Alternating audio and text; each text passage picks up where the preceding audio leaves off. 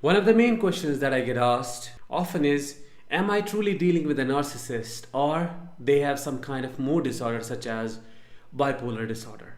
And I really understand why it is so complicated to comprehend and understand, because there is a lot common in between other mental health issues and narcissism. There is a lot that intersects between the two. And that is what we are going to explore today as we focus on narcissism versus bipolar disorder. What is the common between these two and how you can differentiate one from the other.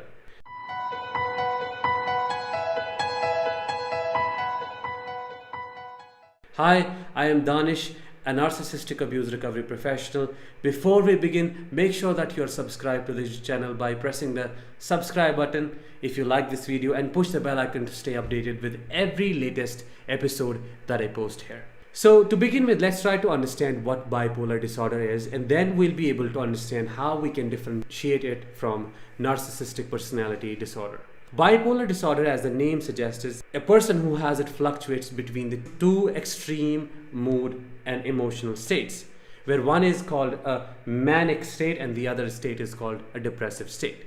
A person who suffers from the serious mental health issues oscillates between the two, where one episode may last from 3 to 7 days or even a week, and they keep fluctuating, and that is what it makes them such a huge struggle for them.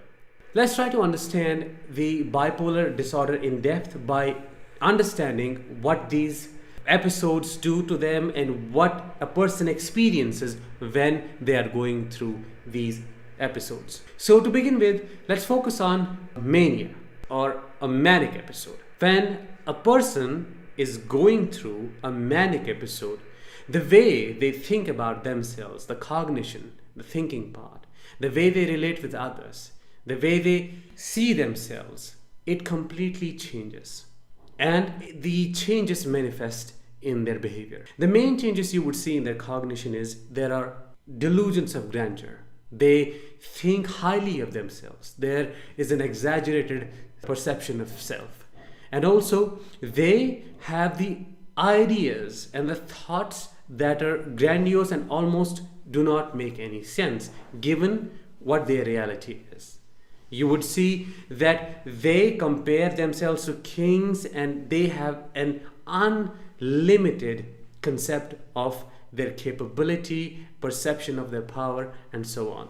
And the other traits that this mania is characterized by is impulsivity. They are very impulsive. If they get onto something, they just, without giving it a second thought, they just take the risk and just go on and keep doing it. For example, if it comes to spending money, if they decide to do so, they would take the risk. They would just go on into the investments and buy everything, spend everything, and be reckless. They are hypersexual, which is they might be overdrawn to sexual activity. If we focus on, or if we talk about the changes in their physiology, you may see that there is a blurriness in their speech. Their speech doesn't make sense, or they talk too fast. It just goes on. They keep shifting and jumping from one idea to the other, and the other person, who is the receptor of all of this, does not understand what they are trying to talk about. When we talk about mania and when we focus on bipolar 1, which is a type of bipolar disorder, the mania is so extreme, the manic episode is so extreme that it almost can turn into psychosis. That is the loss of touch from reality. While as if we talk about bipolar 2, which is the other form of bipolar disorder, we have something called hypomania, where a person may experience all the things that a person who has bipolar 1 experiences, but the intensity of those things would be low. Meaning they can have the delusions of grandeur, but they would somehow or at some level would be touched with the reality. They may overwork and overdo things and keep going on and on and on, but it isn't as extreme as in bipolar 1. Because bipolar 1 or bipolar disorder overall is a very serious mental health issue, and in many cases, when someone is experiencing a manic episode, they require hospitalization. This is how serious it may get. But with bipolar 2 and hypomania, which is low-grade mania, that may not be the need, and that is where it may be misunderstood as narcissism. and narcissistic personality disorder.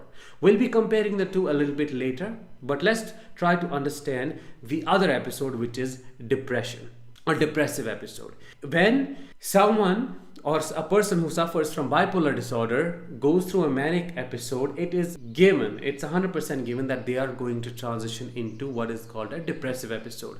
A depressive episode is characterized by guilt, sadness, loss of motivation, loss of energy, suicidal thoughts, everything that is quite opposite of how they were in the manic episode. And the transition is quite steep. They just go all the way up and then go all the way down. And the oscillation, the fluctuation happens, and there may be a gap of a week between the two, but it ultimately happens, which means there is no persistence. And that tells us that it is not a personality style, it is a mood disorder. It is how your mood changes, is the extreme changes in your mood and your affect. And then when we talk about specifically focus on hypomania or mania, someone who is going through this episode may show the characteristics of a narcissist through the delusions of grandeur, through the ideas they have, through the way they express these ideas, the way they see themselves, the way they are impulsive, the way they are intolerant to criticism,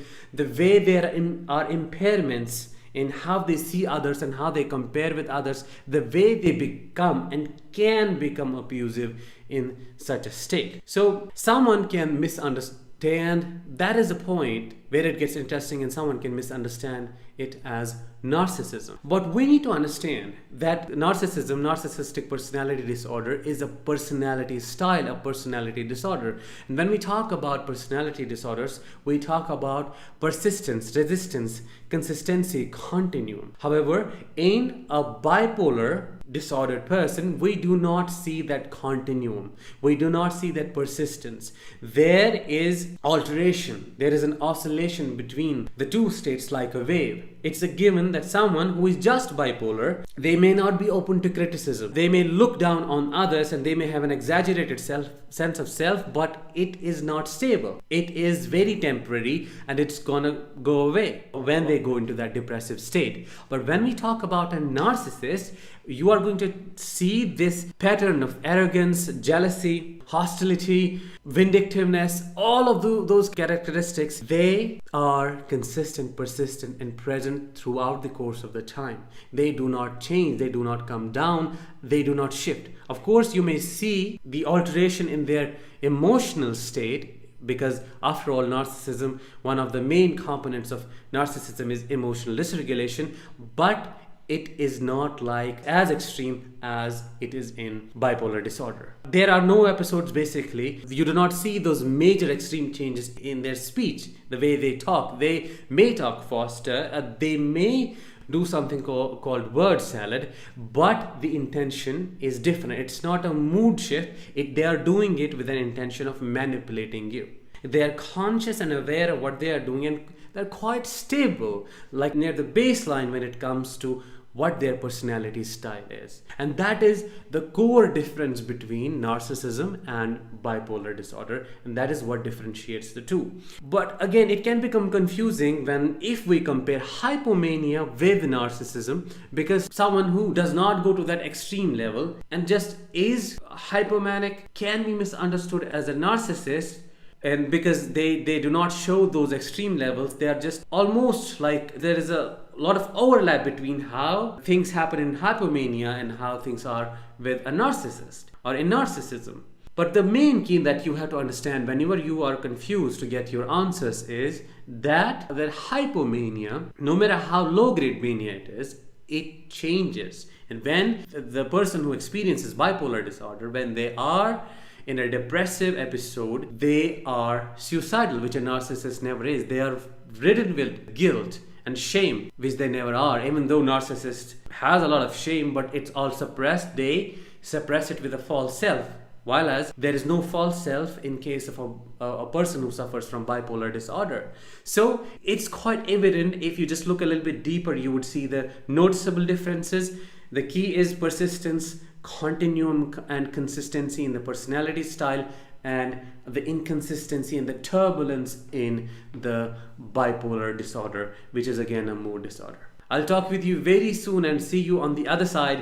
Till then, let the healing begin.